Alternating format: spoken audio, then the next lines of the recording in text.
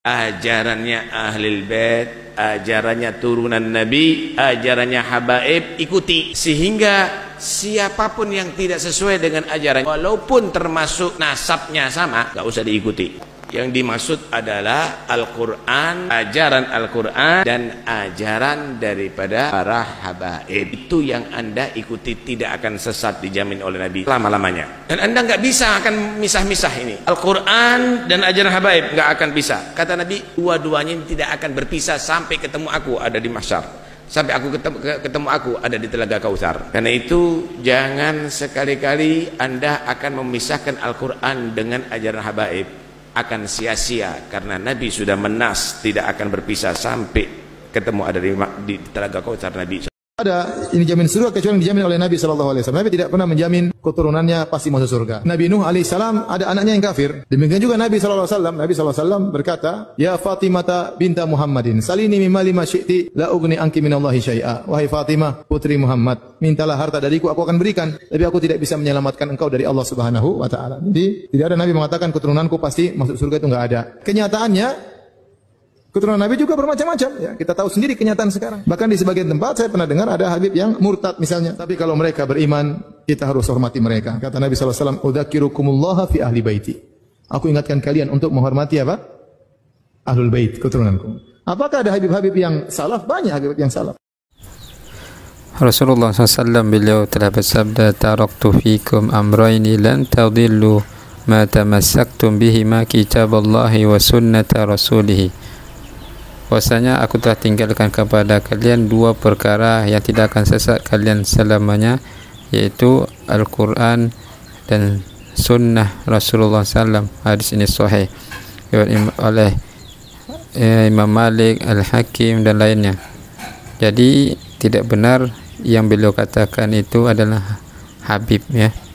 Ini bahaya nih, menggiring opini kepada yang salah. Jelas ini tidak boleh kita benarkan dan tidak boleh kita ikuti apa yang beliau katakan. Rasulullah SAW beliau juga mengingatkan kepada kita umatnya dalam hadis yang panjang, wa man batta'a bihi amaluhu lam yusri' bihi nasabuhu. Bahwasanya barang siapa yang lambat dalam beramal, maka sungguh garis nasabnya tidak akan bisa membantunya. Jadi ini dalil kuat bahwasanya kita itu bukan mengikuti garis keturunan menjadi patokan, tapi kita dituntut untuk belajar Islam dengan benar, karena tidak menjadi jaminan mau bapaknya Nabi sekalipun, jika dia tidak mau beramal soleh sesuai dengan tuntunan Nabi Muhammad SAW, maka dia akan merugi di akhirat, teman-teman. Ini harus diingat, apa yang Rasulullah SAW ingatkan kepada kita semua. Dalam hadis yang lain, Anil Mughirah radhiyallahu anhu qala sami'tu Nabiy sallallahu alaihi wasallam yaqulu inna kadhiban alayya laysa ka kadhibi ala ahadin man kadzaba alayya muta'ammidan falyatabawwa maq'adahu minan nar. Dari Al-Mughirah radhiyallahu anhu, dia berkata, aku mendengar Rasulullah sallallahu alaihi wasallam dia bersabda, sesungguhnya berdusta atasku tidak seperti berdusta atas orang yang lain. Barang siapa berdusta atasku dengan sengaja, maka hendaklah dia mengambil tempat tinggal di neraka. Hadis riwayat Bukhari. Wa yadzubillah.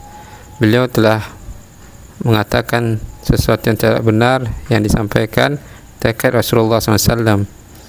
Bahwasanya yang dimaksud itu adalah hadis Nabi, bukan Habib. Tentu ini adalah penyimpangan yang tidak boleh kita benarkan.